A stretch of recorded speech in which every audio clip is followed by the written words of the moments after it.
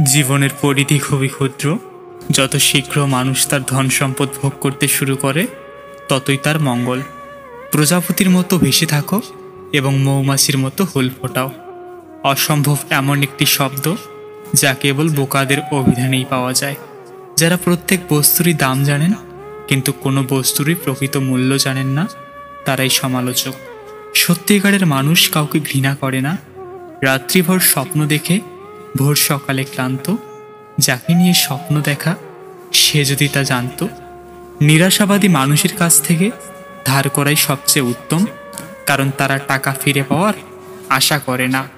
আগুনে যে ধ্বংস হয় না, তা আগুনে আরও শক্ত হয়।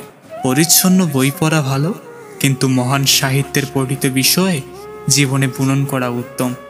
আমার জীবনের অভিজ্ঞতায় উপলব্ধি করতে পেরেছি যে একমাত্র সততা ও ভালোবাসা দ্বারা পৃথিবীকে জয় করা যায়। যে মানুষ অন্যের অনুভূতির মূল্য দিতে জানে না, সে কখনো কাউকে ভালোবাসতে পারে না। তোমার ক্রোধকে দমিয়ে রাখো, নয়তো ক্রোধই তোমাকে নিঃস্ব করে দেবে। তারাই সুখী যারা নিন্দা শোনে এবং নিজেদের সংশোধন করতে পারে। সূর্যের মতো দীপ্তিমান হতে হলে প্রথমে তোমাকে সূর্যের মতো পুড়তে হবে। আগুনকে যে ভয় পায় সে আগুনকে ব্যবহার করতে পারে না। বাঙালি 100 ভাগ সৎ হবে এমন আশা করা অন্যায়।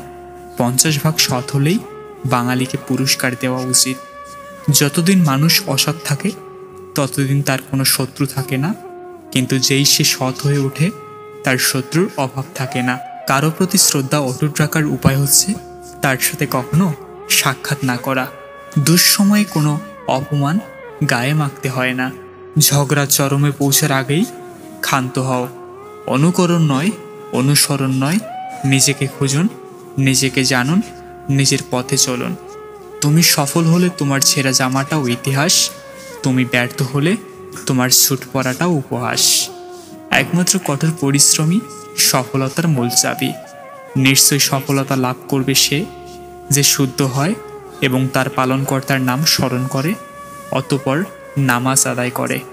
ধৈর্যই হলো সফলতার প্রধান শর্ত। বাস্তবতা নিছক একটি মায়া, যদিও এটি খুব স্থায়ী। একজনের কাছে পাগলামি আর অন্যজনের কাছে বাস্তবতা।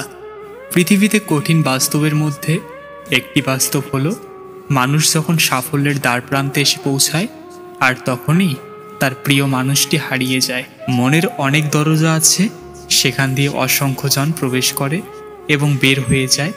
তাই সবাইকে মনে রাখা সম্ভব হয় না। পৃথিবীতে কেউ কারো নয়, শুধু সুখে থাকার আশায়, কাছে টানার ব্যর্থ প্রত্যয় আর দূরে চলে যাওয়ার এক বাস্তব অভিনয়। জীবনকে যেমন মৃত্যুকেও তেমনই স্বাভাবিক বলে মেনে নিতে হবে।